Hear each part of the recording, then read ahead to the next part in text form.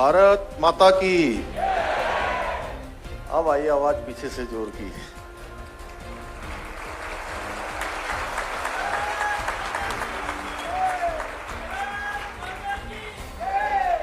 भारत माता की। भारत माता की। हरेला पर्व के शुभ अवसर पर अभी आप सब जिनको सुन रहे थे,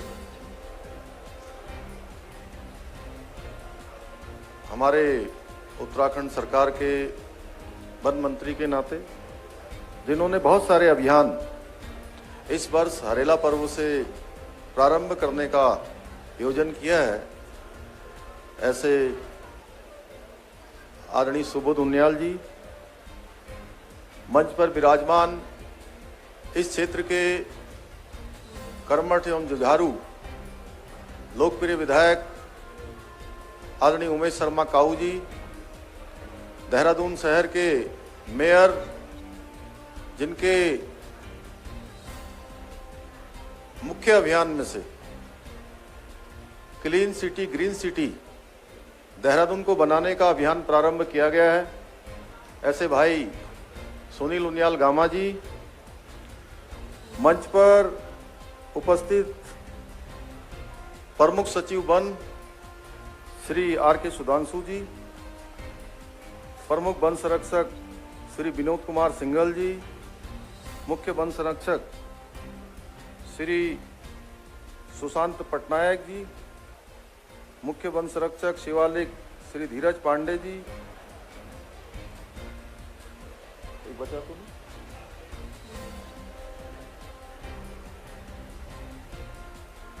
हमारे वन विभाग के सभी अधिकारीगण, हमारे कमिश्नर साहब, डीएम साहब, वन विभाग के सभी उच्चाधिकारीगण, सभी आए हुए अतिथिगण, वन विभाग के सभी अधिकारी कर्मचारीगण और स्पोर्ट्स कॉलेज और अनेकों अनेकों स्थानों से आए हुए सभी हमारे प्रिय छात्र एवं छात्राओं, इस कार्यक्रम में विशेष रूप से उपस्थित रायपुर मंडल के अध्यक्ष भाई रुद्रेश शर्मा जी, मंडी समिति के उपाध्यक्ष भाई त्रिलोक सिंह बिष्ट जी, सभी पार्षदगण, सभी ग्राम प्रधानगण, सभी जनप्रतिनिधिगण, मैं सबसे पहले तो पर्यावरण संरक्षण को संस्कृति से जोड़ने का पारंपरिक पर्व हरेला की आप सबको बहुत शुभकामनाएं देता हूं, बहुत बधाई देता हूं कि हरेला पर्व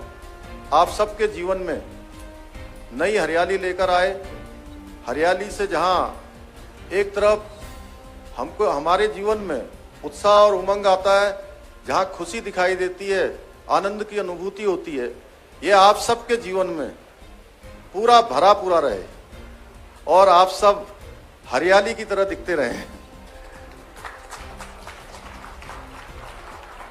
इस क्रम में आज राज्य सरकार द्वारा इस वर्ष भी दिनांक 16 जुलाई 2022 को हरेला पर्व प्रत्येक जगह पर मनाते हुए, प्रत्येक जनपद में मनाते हुए सभी विभागीय विभिन्न विभिन्न संस्थाएं, उन सब की सहभागिता के माध्यम से वृक्षारोपण का कार्यक्रम संचालित किया जा रहा है और यह कार्यक्रम पूरे एक महीने तक 15 अगस्त 2022 जब आज़ादी की 75वीं वर्षगांठ तक किया जाएगा।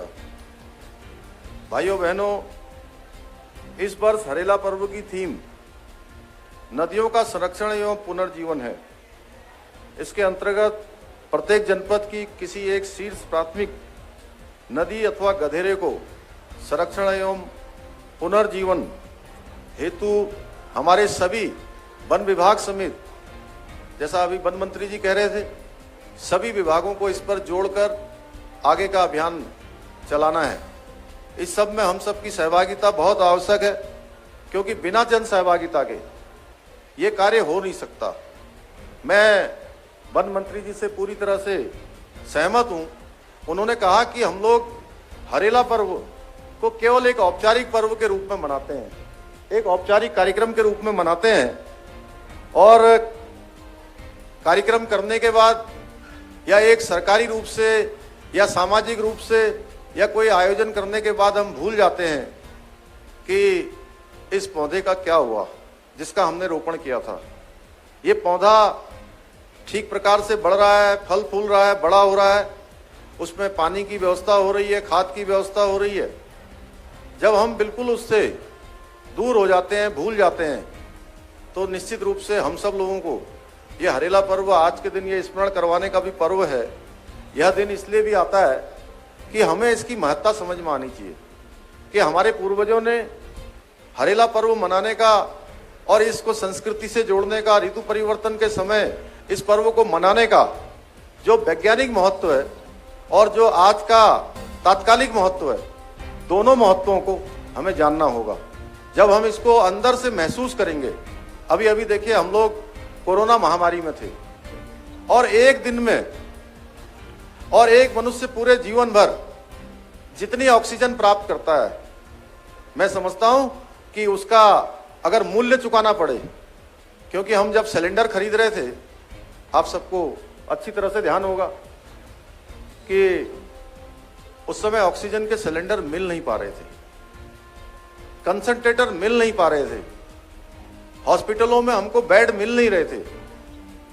उस समय में हमको इसकी महत्ता समझ में आती है कि हमको पौधारोपण क्यों करना चाहिए, वृक्ष क्यों संरक्षित होनी चाहिए, प्रकृति का संरक्षण क्यों होना चाहिए, हमारे नाले हैं, गधेरे हैं, छोटे छोटे स्रोत हैं, उनका पुनर्जीवन कितना आवश्यक है, उस समय में हमको समझ में आता है।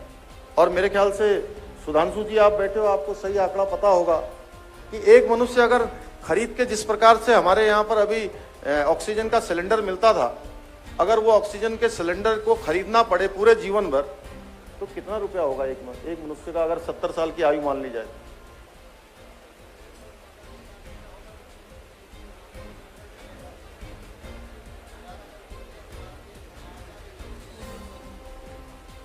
कई करोड़ों में आएगा उसका हिसाब, सुधांशु जी बाद में जोड़ के बताना, कई करोड़ों में आएगा। तो ऐसे समय में हम अब हमारे सामने देखिए, हमारे पूर्वज हमको देकर गए हैं, हमको एक शानदार प्रकृति देके गए हैं, ये वातावरण देकर गए हैं, वृक्ष देकर गए हैं, जिनसे हम फल प्राप्त कर रहे हैं। और भगवान की कितनी बड़ी कृपा है। कई बार हम लोग ईश्वर को मानते नहीं है, कई बार हम कहते हैं अहम ब्रह्मास्मि, मेरे से बड़ा कोई नहीं है, जो कुछ हूं मैं ही हूं, जो मैं कह रहा हूं वही सही है, उसके अलावा कुछ सही नहीं है। ऐसे समय में ईश्वर का ध्यान जरूर करना चाहिए। देखिए, ईश्वर ने एक बीज लगाया, एक पेड़ लगाया, ईश्वर ने तो प्रदत्त किया हमें, एक पेड़ लगाया हमने, और उसमें कितने हजारों लाखों फल आते हैं। एक बीज हम डालते हैं खेत में गेहूं का या धान का, उससे कितने पौधे आ जाते हैं, कितने फल आ जाते हैं। तो ईश्वर की महत्ता को समझना चाहिए और प्रकृति हमको चेताती है। आज देखिए, असमय ही हमको कई बार ऐसी आपदाओं का सामना करना पड़ता है जिसके बारे में हमने सोचा भी नहीं होगा। यहां पर वन विभाग के सब बुद्धिजीवी लोग बैठे हुए हैं। हम लोग बचपन में देखते थे कि कभी सर्दियों में बारिश नहीं होती थी, क्यों सुबुद्धि जी? बारिश नहीं होती थी जब हम छोटे थे, बारिश का टाइम एक होता था, लेकिन अब जब बरसात होनी चाहिए उस समय सूखा पड़ जाता है। जब हम सोचते भी नहीं है उस समय बरसात आ जाती है। यही है प्राकृतिक जो असंतुलन हो गया है। और इसमें कहीं ना कहीं हम सब लोग अपने आप को भी जो है ये मान सकते हैं कि थोड़ी थोड़ी जिम्मेदारी हमारी भी कहीं ना कहीं है। अब कई बार हम सोचते हैं, देहरादून में अगर हम रहते हैं तो हम सोचते हैं कि अरे चमोली में भूस्खलन हो गया है, पिथौरागढ़ में बाढ़ आ गई है, हमें क्या फर्क पड़ता है, हम तो सुरक्षित हैं अपने घर में। और दिल्ली में जो बैठे हुए लोग हैं वह भी सोचते होंगे कि उत्तराखंड में आपदा आ रही है, हम तो सुरक्षित हैं। लेकिन ऐसा होता नहीं है। अगर एक जगह आपदा आ रही है, एक जगह कहीं भूस्खलन हो रहा है, कहीं अतिवृष्टि हो रही है, तो उससे हम प्रभावित होना बिना रह नहीं सकते, आज नहीं तो कल। इसलिए ये जो हम लोगों ने अभियान लिया है, ये अभियान हमारा मन से होना चाहिए। मैं नए हमारे छात्र और छात्राओं से भी कहना चाहता हूं कि आप लोगों ने अभी बहुत सारे जीवन के हर पहलू को देखना है। कल का आपका सवेरा कल का आपके लिए है, चमत्कार आपके लिए है, आविष्कार आपके लिए है।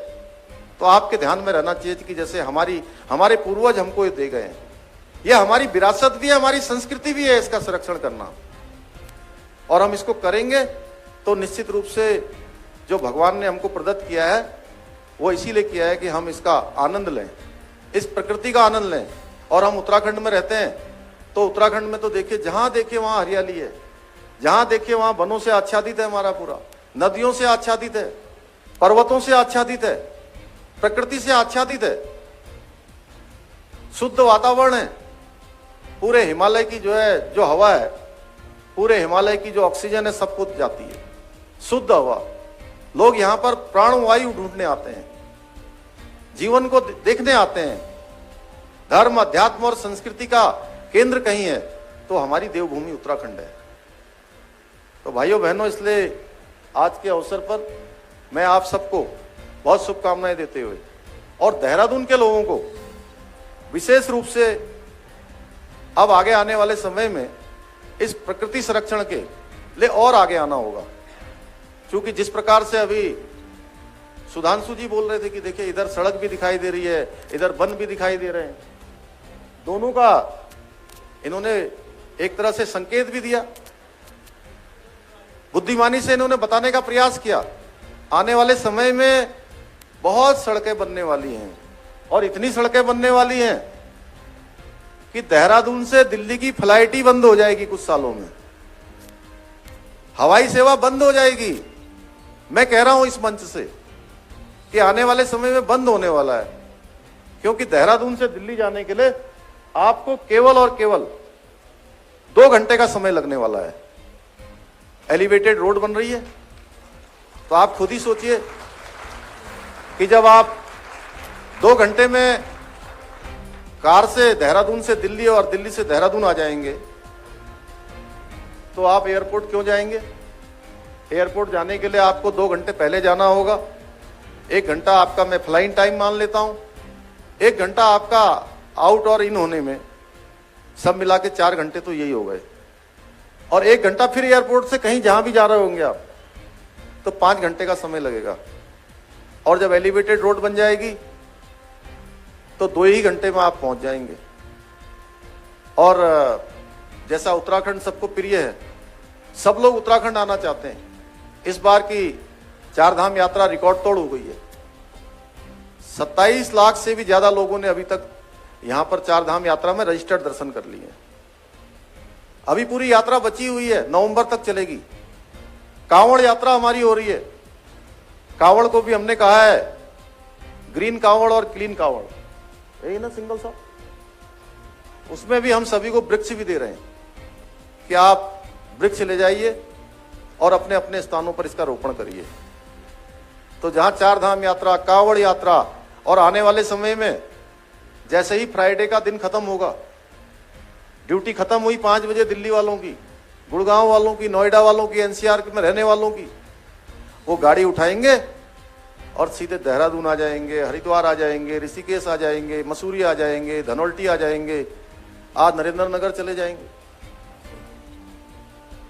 तो यहां होटल भी बनेंगे अभी खूब। ये होटल सब कम पड़ने वाले हैं, लेकिन जो एकदम से दबाव बढ़ने वाला है उसके लिए भी हमको तैयार रहना होगा। कहीं ना कहीं इन सब चीजों से, जहां आज ज्ञान बढ़ा है, विज्ञान बढ़ा है, दुनिया के अंदर अनुसंधान बढ़े हैं, इन सब चीजों से हमको देखिए कितना अच्छा। अभी यहाँ पर सुबोध भाई अभी कह रहे थे यहाँ बहुत गर्मी हो रही है। अभी हम किसी कमरे में चले जाएंगे, अंदर जाएंगे तो वहां आपने टेम्परेचर कर रखा होगा, क्यों डीएम साहब 20 डिग्री के, 20 डिग्री में हम बैठेंगे।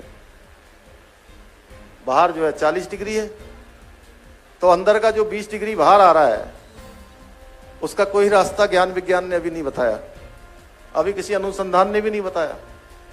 उसका अगर कोई रास्ता है तो केवल एक रास्ता है हमारे सामने, हम प्रकृति का संरक्षण करें, क्लीन करें, ग्रीन करें और जो पर्व हमारे पूर्वज हमको देके गए हैं, उस दिन हम मन से, समर्पण से और भगवान को धन्यवाद करते हुए कि आपने हमको इतना अच्छा वातावरण दिया है, इतनी अच्छी प्रकृति दी है, इसको हम आगे बढ़ाएं। क्योंकि कोई अनुसंधान ये अभी तक नहीं बता पाया है। क्यों सुधांशु जी, कोई बता पाया? अभी नहीं बता पाया। आप 20 डिग्री तो अंदर ले आए हैं, ये बाहर का 40 डिग्री जो हो रहा है, इसके लिए क्या करेंगे? ऐसे कई कारखाने बन गए हैं, बड़े बड़े हमारे उद्योग लग गए हैं, धंधे हो रहे हैं, बड़े बड़े काम हो रहे हैं, बड़ी बड़ी बिल्डिंगें बन रही हैं। कभी कभी तो मैं सोचता हूं, अभी मैं उमेश भाई से कह रहा था, इनके विधानसभा क्षेत्र में इतने सारे कार्यालय, कहीं महाराणा प्रताप स्पोर्ट्स कॉलेज, कहीं डाइट का कार्यालय, कहीं पर माध्यमिक शिक्षा का कार्यालय, स्वास्थ्य महानिदेशालय, अनेकों अनेकों कार्यालय। अभी कुछ 2-4-5 सालों बाद हमको कोई जगह ही नहीं मिलने वाली होगी। हमको खोजना होगा कि हम विकास कैसे करेंगे। हाँ, अनेकों अनेकों सभी आ जाता है उसमें। तो ये हमको खोजना पड़ेगा कि हम कहां बिल्डिंग बनाएं, कहां विकास करें। तो इसलिए उत्तराखंड के अंदर हमने तय किया है, उत्तराखंड अभी हिंदुस्तान का पहला राज्य है जहां हमने जीईपी लागू कराया है। हमारी मंत्रिमंडल की बैठक में हमने इस पर लागू करने का निर्णय लिया है। इसके साथ साथ, चूंकि अभी हम जब सामान्य बजट अपना बना रहे थे, उस समय हमने बहुत सारे पहलुओं पर अध्ययन किया, लोगों से बात की, लोगों के विचार जाने। बोधिसत्व विचारों की श्रृंखला हमने प्रारंभ की अनेकों अनेकों विद्वान लोगों से, जिन्होंने प्रकृति के संरक्षण में, जलवायु के संरक्षण में, जल संवर्धन में, शिक्षा के क्षेत्र में, चिकित्सा के क्षेत्र में, समाज के क्षेत्र में काम किया है। उन सभी को लेकर, उनके विचारों को लेकर जो हमने 5-6 विचारों की श्रृंखलाएं की, उसमें से बहुत सारे बिंदु निकल कर आए जहां हमको अपना राजस्व बढ़ाना है। अनेकों अनेकों विकास की जो रफ्तार है, उस विकास की रफ्तार में हमको भी अपने पहिए लगाने हैं, हमें भी आगे जाना है।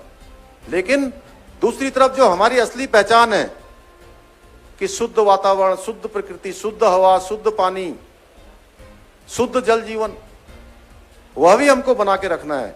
यानी कि इकोलॉजी और इकोनॉमी दोनों पर सामंजस्य बैठाते हुए बराबर के रेशियो से हमें आगे बढ़ना है। तो ऐसे अनेकों अनेकों कार्य हम सभी को करने हैं। हमको ये संकल्प लेना चाहिए कि आज के इस पवित्र दिन पर, कि ये पवित्र दिन जैसे हमारी संस्कृति, जैसे हमारे पूर्वज हमको देकर गए हैं, हम इसको संरक्षित करेंगे, इसको सुरक्षित रखेंगे और इस विरासत को पीढ़ी दर पीढ़ी आगे बढ़ाने का काम करेंगे। आज के अवसर पर मैं इतना ही आप सबसे कहते हुए, आप सबको एक बार फिर से बहुत शुभकामनाएं देते हुए अपनी वाणी को विराम देता हूं। बहुत बहुत धन्यवाद।